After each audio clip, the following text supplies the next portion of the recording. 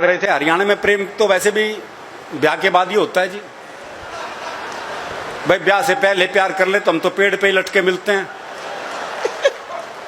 हरियाणा में प्रेम तो सबसे मुश्किल काम है और संबंध विच्छेद के लिए बड़ी बड़ी बात नहीं चाहिए, बहुत सामान्य बात पे हो जाता है। वो प्रेमी ने प्रेमिका को जैसे ही सीने से लगाया तो प्रेमिका बोली तेरा दिल बड़ा कुरकुरा सा है।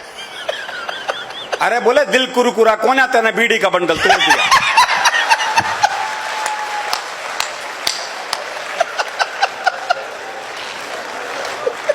तो हमारा प्रेम जय भगवान जी अलग ही मामला है हमारा। तो अब बहुत भोलापन रहता है ना।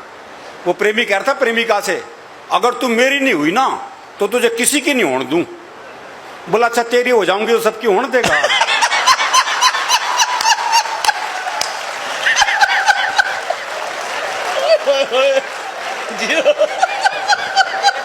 भैया ताली गूंजनी चाहिए, कमाल की बात है। Super super. ये भोलापन है भाई, क्या भोलापन है इसमें। तो हमारा प्रेम ऐसा ही है जी, अलग तरह का मामला है। अभी मेरा एक दोस्त मिला, उसके दोनों होठ बुरी तरह जले हुए। मैंने कहा होठ कैसे जल गए? बोला पत्नी मायके जा रही थी, स्टेशन छोड़ने गया था, मारे खुशी के इंजन चूम लिया। तो हमारी खुशी भी अलग अलग ढंग से प्रकट होती है। वो एक 22-23 साल का लड़का जी जबरदस्त बारिश में तरबतर भीगा हुआ हलवाई की दुकान पे पहुंचा। बोला 5 रुपए का दही दे दे। तो हलवाई ने पूछ लिया भाई तेरा ब्याह हो लिया? और बोले तू के सोचते इस तूफान है मेरी मां भेजेगी मन दही लेने।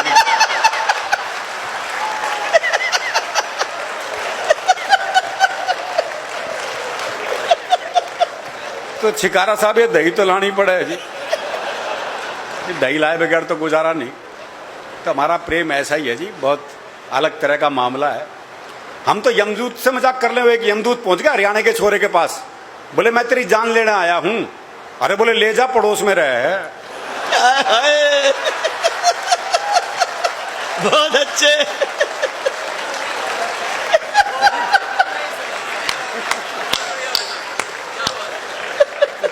तनाव का कोई काम ही नहीं है जी।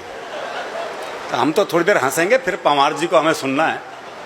तो आप आनंद से सुनिए, थोड़ी देर हंस लीजिए, फिर पंवार जी तो फिर देश और फिर दुनिया की बात करेंगे ही, कोई दिक्कत नहीं। मैं तो हरियाणा तक सीमित हूँ जी।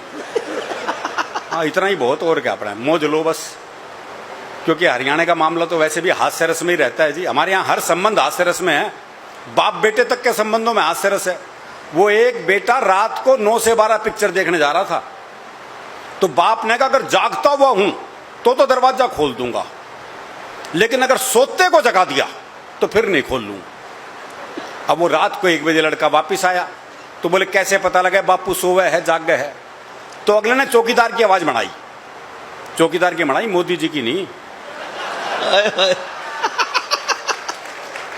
तो अगले ने चौकीदार की आवाज बनाई, बोले राम प्रसाद सोवे है जाग गए है? बोले जागू हूं। बोले जाग गए तो खोल दे। तो जब बाप बेटे के संबंध ऐसे हैं तो बाकी संबंधों की तो आप कल्पना कर ही सकते हो। वो बटेऊ जो है पहली बार ससुराल जा रहा था, तो घर वालों ने समझाया, बोले देख पहली बार जा रहा है, 2 रोटी से फालतू मत खा लियो, इमेज खराब हो जाएगी खाम खा। बेचारा पहुंचा, 2 रोटी में कहां पेट भरा। और साली कह जी और लो। बोले ना ना मैं 2 ही खाता हूं। बोले नहीं और लो। बोले नहीं मैं तो 2 ही खाता हूं। अच्छा आधी और ले लो। बोला आधी तो कितनी आनंद है। तो ये जो आनंद है ये जीवन में बहुत जरूरी है। दरअसल क्या है, मन का साफ होता है जी। वकील साहब बैठे हैं, मैं बताऊं आपको, हरियाणा का आदमी मन का साफ होता है। जो मन में है वो जबान पे है। हम आर्टिफिशियल जिंदगी जी नहीं सकते। वो एक मुकदमा चल रहा था, तो एक ताई गवाही के लिए आई। अच्छा दोनों वकील उसी के गांव के। तो पहले वकील ने पूछ लिया, बोले ताई मुझे जाना है? खूब जानू हूं, गुलाब सिंह का छोरा है तू, 1 नंबर का झूठा, तेरी लुगाई तक तुझे छोड़ के चली गई थी। बेचारा वकील सन्न रह गया जी। उसने दूसरे वकील की तरफ इशारा कर दिया, और ताई से जाना है? अच्छी तरह जानू हूं, करनैल काणे का छोरा है यो, 1 नंबर का इयाश, तेरी लुगाई से भी इसका चक्कर था।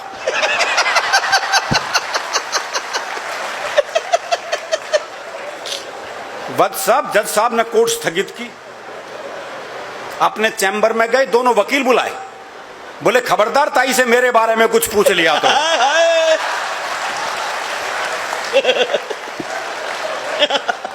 इतना साफ मामला है जी, भैरव और ये साफ मामला रहना भी चाहिए। भैरव अच्छा, ये याद दिला रहा है एक जबरदस्त वो भैरव।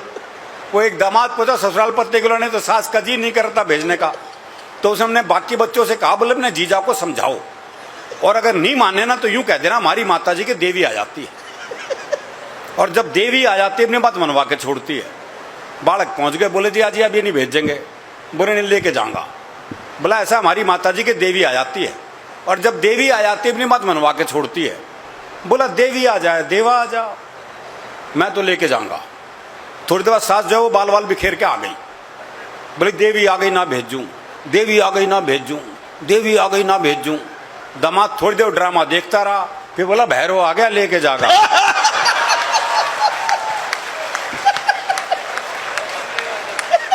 तो बड़ा भैरवनुमा मामला है जी। अच्छा, हरियाणा में काम वही कर सकता जो हरियाणा का हो। जैसे डॉक्टर है, कोई और प्रदेश का आके यहाँ डॉक्टरी करने लग जाए, कर ही नहीं सकता, क्योंकि मरी बीमारी ऐसी बतावागा। पर डॉक्टर साहब काट जाए में कुछ धुम्मा सा उठा है, अब समझ ले डॉक्टर क्या बीमारी है भाई। और डॉक्टर भी कमाल है। वो डॉक्टर एक मरीज का चेकअप कर रहा था, देखा उसकी दोनों टांगे नीली पड़ गई। बोले ओहो जहर चढ़ रहा है भाई, टांगे काटनी पड़ेंगी। दोनों टांगे काटी गई साहब, नकली टांग लगवाई गई। देखा कुछ देर बाद नकली टांग भी नीली पड़ गई। बोले ओहो तुम्हारी तो जीन्स ही रंग छोड़ती है। और बड़ा घुमा के इलाज करते हैं, डायरेक्ट इलाज भी नहीं होता। वो एक के बहुत खांसी थी, डॉक्टर के पास गया, डॉक्टर ने जुलाब की गोली दे दी।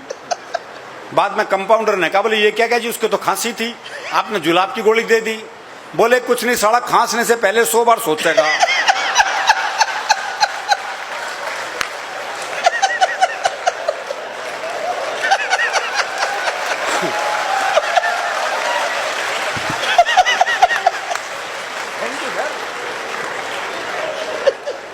नहीं ये इलाज हमारे यहाँ ही संभव है जी।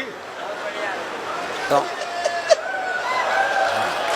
जय हो भाई, एक बार इकट्ठे बजाओ सारे ताली, जोरदार।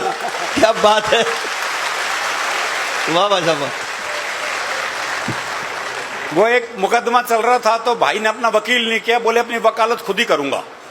अब बोला जज साहब हमारे बीच में झगड़ा हो गया कसूता। अब जज की कुछ समझ में नहीं आया। बोले भाई तुम क्या कह रहे हो, मेरी समझ में नहीं आ रहा, तुम अपने लिए कोई वकील कर लो। है बोले समझ में तेरे नहीं आ रहा और वकील मैं कर लूं।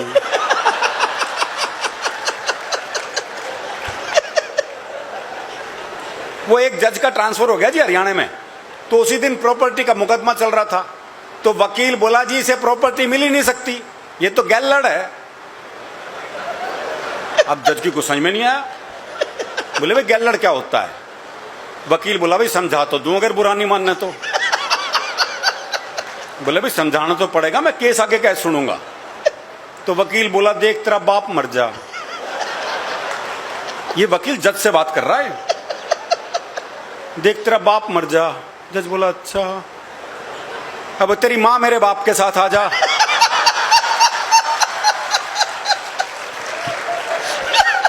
और पाछा पाछा तू आ जा तो तू गैलड़ होगा।